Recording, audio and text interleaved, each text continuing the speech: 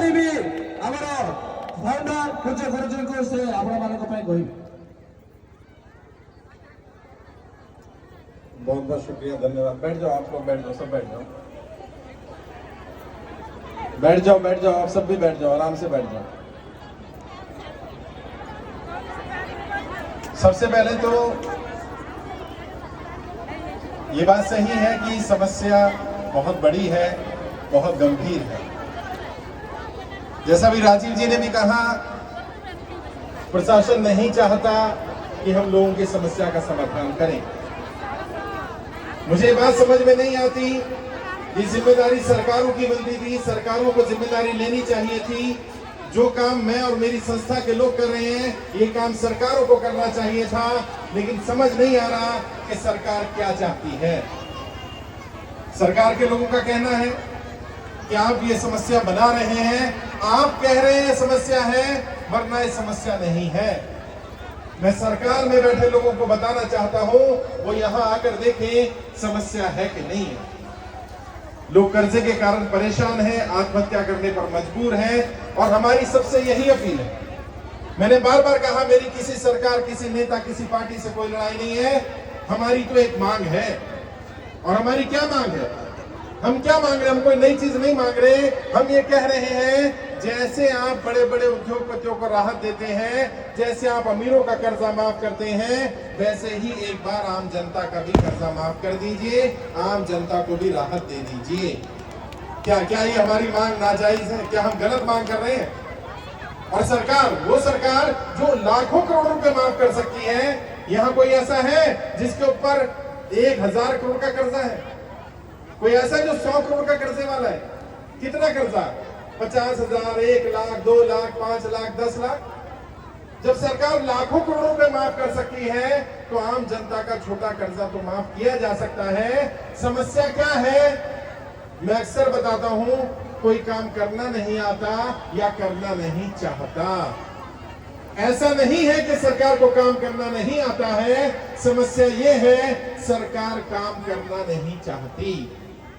सरकार में जब हम आपकी जानकारी लेते थे, आपकी जानकारी प्रधानमंत्री जी को भेजी जाती थी, प्रधानमंत्री कार्यालय को हम भेजते थे, आपकी फाइल बनाकर भेजते थे।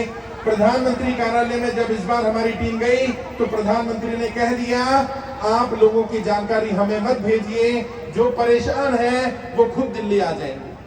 अब बताइए, केंद्रपाड़ा में या उड़ीसा में किसी छोटे से डिस्ट्रिक्ट में यहां से माताएं बहनें क्या दिल्ली जा सकती हैं? हम तो आपकी मदद कर रहे थे, लेकिन सरकार मदद नहीं करने देना चाहती। ना तो सरकार मदद कर रही है और ना हमें चाहती है कि हम मदद करें। लेकिन अगर वो सोचते हैं कि मैं या मेरी टीम रुक जाएगी, तो मैं आज उन्हें बता देता हूं, हम रुकने वाले नहीं है। एक एक व्यक्ति का 1-1 रुपया कर्जा उतरवाया जाएगा, और जब तक कर्जा नहीं उतरेगा हम रुकने वाले नहीं है, हम झुकने वाले नहीं है। और मैंने दिल्ली के रामलीला मैदान से बात कही थी, आपने कार्यक्रम देखा होगा। 10 लाख से ज्यादा लोग हमारे साथ जुड़ गए थे उस समय तक, 2.5 लाख से ज्यादा लोग वहां मौजूद थे। मैंने वहां भी कहा था, मैं यहां भी कह रहा हूं, कर्जे के कारण कोई गलत कदम मत उठाना। तुम्हारा भाई, तुम्हारा बेटा, तुम्हारा दोस्त, तुम्हारा साथी, जो तुम कहना चाहो, मैं तुम्हारी लड़ाई लड़ रहा हूं, और एक एक व्यक्ति का 1-1 रुपया कर्जा उतरवाने की जिम्मेदारी मैंने ली है। और ये कोई नकली गारंटी नहीं है, ये नेताओं वाली गारंटी नहीं है, ये आम जनता की कर्जा मुक्ति के लिए एक प्रण है। एक ऐसा प्रण है कि जब तक शरीर में 1-1 कतरा खून बाकी रहेगा, हम आपकी लड़ाई लड़ते रहेंगे। एक एक व्यक्ति को कर्जा मुक्त करने तक ये संघर्ष जारी रहेगा, हम रुकने वाले नहीं है। और सरकार के लोग, चाहे वो राज्य सरकार हो या केंद्र सरकार हो, और मुझे तो समझ में नहीं आता नवीन पटनायक जी इस लड़ाई को अपने ऊपर क्यों लेना चाहते हैं। हमारी नवीन पटनायक जी से कोई लड़ाई नहीं है, हमारी उड़ीसा की सरकार से कोई लड़ाई नहीं है। हमारी मांग तो केंद्र सरकार से है, नरेंद्र मोदी जी से है, नरेंद्र मोदी जी कर्जा माफ करें। लेकिन अगर नवीन पटनायक जी को लगता है कि वो इस लड़ाई को अपने ऊपर लेना चाहते हैं, तो उनकी मर्जी है, फिर मैं कुछ कह नहीं सकता। मैंने अभी तक किसी एक भी व्यक्ति से ये नहीं कहा किसी पार्टी को, किसी नेता को वोट देना, या किसी पार्टी किसी नेता को वोट मत देना। लेकिन ऐसा नहीं है मैं कह नहीं सकता हूं। अभी हमने अपील नहीं करी है, मैं चाहता हूं कि ये नेता सुधर जाएं, समझ जाएं, जनता की समस्या का समाधान कर दें। लेकिन अगर वो जनता की समस्या का समाधान नहीं करेंगे तो हमें आगे आना पड़ेगा। जनता में से ऐसे लोग तैयार करना पड़ेगा जो जनता का प्रतिनिधित्व करेंगे और सदन में जाकर के खुद जनता का कर्जा माफ करेंगे। या तो नेता जनता का कर्जा माफ करें या जनता आ रही है अपना कर्जा खुद माफ कर लेगी। फिर मत कहना कि क्या हो गया, कि कैसे क्रांति खड़ी हो गई। मैंने बार बार कहा, सभी सांसदों को लेटर भेजा गया, उनसे पत्र लिख करके मांग की गई, आपके क्षेत्र में जो लोग कर्जे के कारण परेशान हैं, क्या आप उनकी समस्या का समाधान करेंगे या नहीं करेंगे, जवाब दीजिए। आपके सांसद ने जवाब नहीं दिया, उड़ीसा के एक भी सांसद ने जवाब नहीं दिया।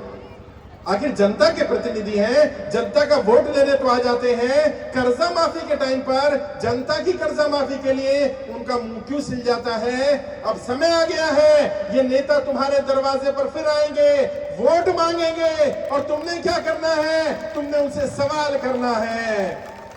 क्या सवाल? एक ही सवाल करना बस, क्या तुम हमारा कर्जा माफ करोगे या नहीं करोगे? और कोई सवाल नहीं हमारा, एक ही सवाल।